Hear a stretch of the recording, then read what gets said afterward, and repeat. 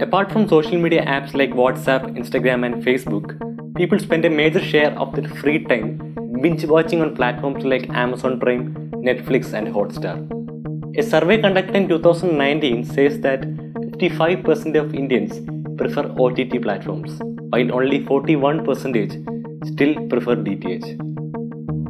And the reasons for preference of these online platforms over traditional DTH and cable operators are simply based on two grounds. One is that people get to choose what and whom they watch, and why they want to watch certain contents. Second is that people have the control over the content they wish to view, as they can view them the way they want it to be, uncensored and tailor-made.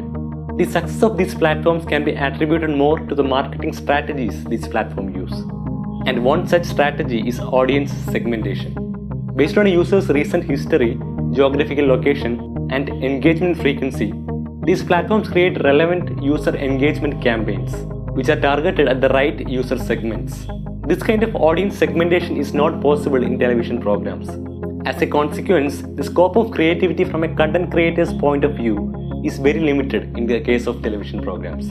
And in case of OTT platforms, content creators enjoy this viewership and see this as a platform to express their creative liberty and freedom of expression. But recently, central government issued a gazette order which placed OTT platforms and online news platforms under the ambit of Ministry of Information and Broadcasting.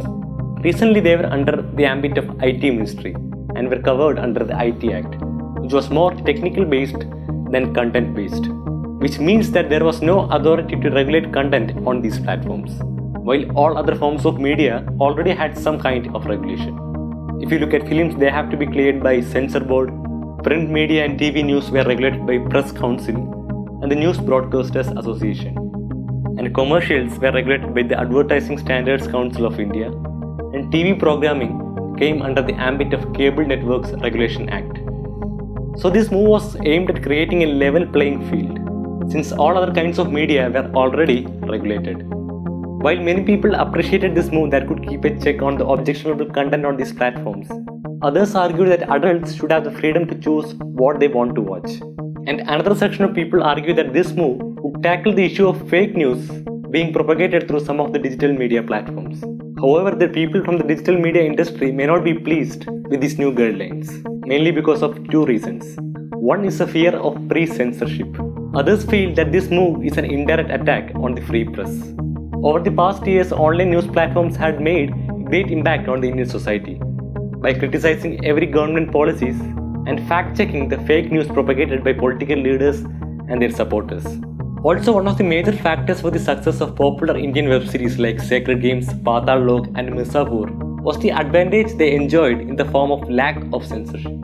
Whether it's Sacred Games or Paatal Lok, both these web series created quality content by making stories that reflected the current social and political conditions of this nation. When Sacred Games highlighted issues like religious violence and fake godmen in India, Paatal Lok showed issues like caste discrimination, criminalisation of Indian politics, and the fate of true journalism in this country. The uncensored language and dialogues used in these web series also made it more relatable to the real-life situations for the audience watching them. And by displaying close to reality events, these web series reminded us of the recent national issues, most of which had an anti-right-wing narrative. The future of web shows having similar narratives remains a big question mark. Most of the content creators in OTT platforms work on minimum budget and largely just a digital setup. Established media houses which have large office setups and huge capital may find it comparatively easier to stick to the IT and IP regulations. But small independent creators and digital media houses cannot afford to account for this and will find it difficult to survive. This could leave a harmful impact on the young media entrepreneurs and startups that have been the new vibrant face of contemporary journalism. When we talk about viewership in OTT platforms, we talk about our control in binging the shows which we are comfortable with. But now, the new government order can result in a political or controversial content being unavailable soon from our watch list. And all that being said, it will all depend on how strict the government would be in ensuring these changed regulations. If you find this video informative, don't forget to click that like button and also subscribe to this channel and click that bell icon to get notified whenever I post a new video.